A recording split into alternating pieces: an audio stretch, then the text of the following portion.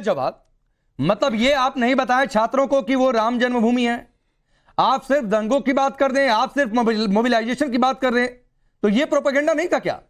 और जिस बाबरी का अस्तित्व नहीं, क्यों पढ़ाए भाई उसको? और जो बनी गलत जगह पर थी, जो बनी मंदिर को तोड़कर थी, क्यों पढ़ाए उसको छात्रों को? राकेश भाई, पढ़ाना बहुत सी चीजें चाहिए और इतिहास जो है वो पढ़ने के लिए होता है और उसमें इतिहास में चीजें जोड़ी जाती ना कि घटाई जाती। अभी प्रोफेसर कपिल कुमार साहब चले गए, वो इतिहासकार भी रह चुके हैं, तो उनसे पूछिएगा जितने भी हमारे देश के बड़े इतिहासकार हैं, तो इतिहास में चीजें जोड़ी जाती ना कि तोड़ी जाती, ना कि मिटाई जाती। और अभी जो एनसीईआरटी के डायरेक्टर साहब है दिनेश कुमार, वो तो मुझे लगता है कि एक विद्वान आदमी होना चाहिए था। और आप कहां कहां से मिटाएंगे? चलिए आप एनसीईआरटी की किताबों से मिटा देंगे, आज के मॉडर्न जमाने के अंदर क्या आप तमाम जो लेख लिखे हुए हैं उन सबको मिटा देंगे? और इतिहास ये भी लिखेगा कि जिस नैरेटिव को भारतीय जनता पार्टी ने चलाया था अयोध्या के अंदर, ये इतिहास ये भी लिखा जाएगा उसी अयोध्या के अंदर क्या नैरेटिव चलाया था? सही जवाब नहीं, क्या नैरेटिव चलाया था?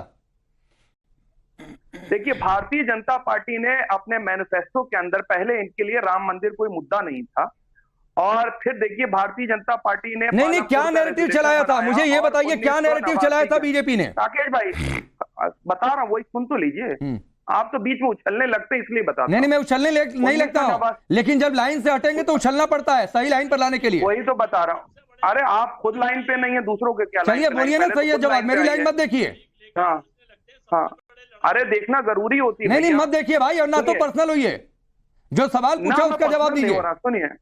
सुनिए 1989 के अंदर पालमपुर के अंदर रेजोल्यूशन लेकर के भारतीय जनता पार्टी इख्तियार के अंदर जब होती तो लेकर के आती है कि अब हमको तमाम जगह से नकारा जा रहा है, अब हम इस मुद्दे को लेकर के आएंगे, और इस मुद्दे को लेकर के जहां जहां लाल कृष्ण आडवाणी साहब नहीं सुनिए ना, सही जवाब, मैं बीजेपी की पॉलिटिकल लाइन ने क्या तय किया नहीं किया मैं उस पर बात ही नहीं कर रहा हूं भाई, और ना मैं यहां पर कोई बीजेपी का इसीलिए मैंने रखा भी नहीं, तो इसलिए उधर जाने की जरूरत नहीं है। मैं फैक्ट की बात कर रहा हूं, मैं फैक्ट की बात कर रहा हूं। क्यों नहीं पहले यह पढ़ाया जा रहा था कि वो जगह राम जन्मभूमि है? क्यों नहीं पहले यह पढ़ाया गया कि मंदिर वाली जगह को तोड़कर मस्जिद बनी थी? क्यों नहीं पढ़ाया गया कि गैर इस्लामिक स्ट्रक्चर उसके नीचे दबा हुआ था? ये डिसीजन कब आया है? हाँ तो डिसीजन आया, उसी के बाद तो चेंज हुआ भाई, यही कह रहा हूं, इसीलिए विरोध मत करिए। डिसीजन आया, राम मंदिर बन गया, उसके बाद ही चेंज हुआ। मैं आ रहा हूं जवाब, मैं जवाब आ रहा हूं सैयद भाई, मैं आ रहा हूं, थोड़ा समय दीजिए। कपिल जी जुड़ चुके हैं, मैं नहीं मेरे अंदर बहुत हिम्मत है भाई, हिम्मत की चिंता मत करिए। कपिल जी को सुनिए, उसके बाद तुरंत आपके पास आ जाऊंगा। मेरे हिम्मत की चिंता मत करिए, आप आकलन नहीं कर पाएंगे मेरे अंदर कितनी हिम्मत है, तो इसलिए उधर मत जाइए, एकदम उधर मत जाइए। आपको थोड़ा सा आईना दिखवाता हूं, वो जरूरी है। कपिल जी, राम जन्मभूमि वो जगह है ना पढ़ाइए, हिंदू स्ट्रक्चर नीचे ये ना पढ़ाइए, सुप्रीम कोर्ट का फैसला आ गया ये ना पढ़ाइए, बाबरी मस्जिद नाम हट गया, इससे बड़ी दिक्कत हो रही है।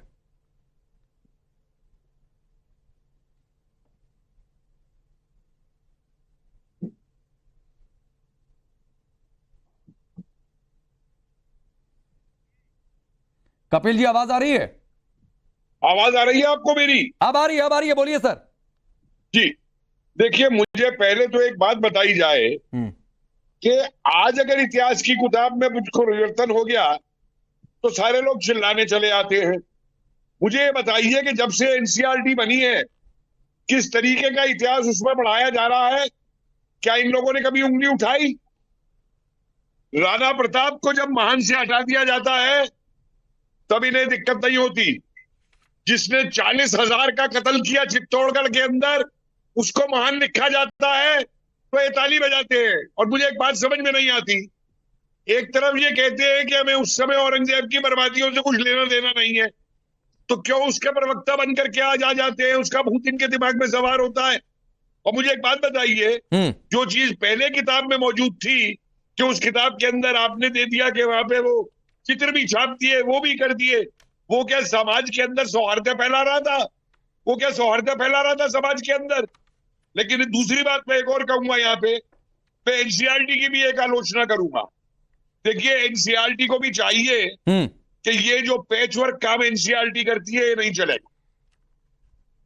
आप इतिहासकारों के हाथ में इस चीज को छोड़िए, इतिहासकारों को इतिहास लिखने दे दिए।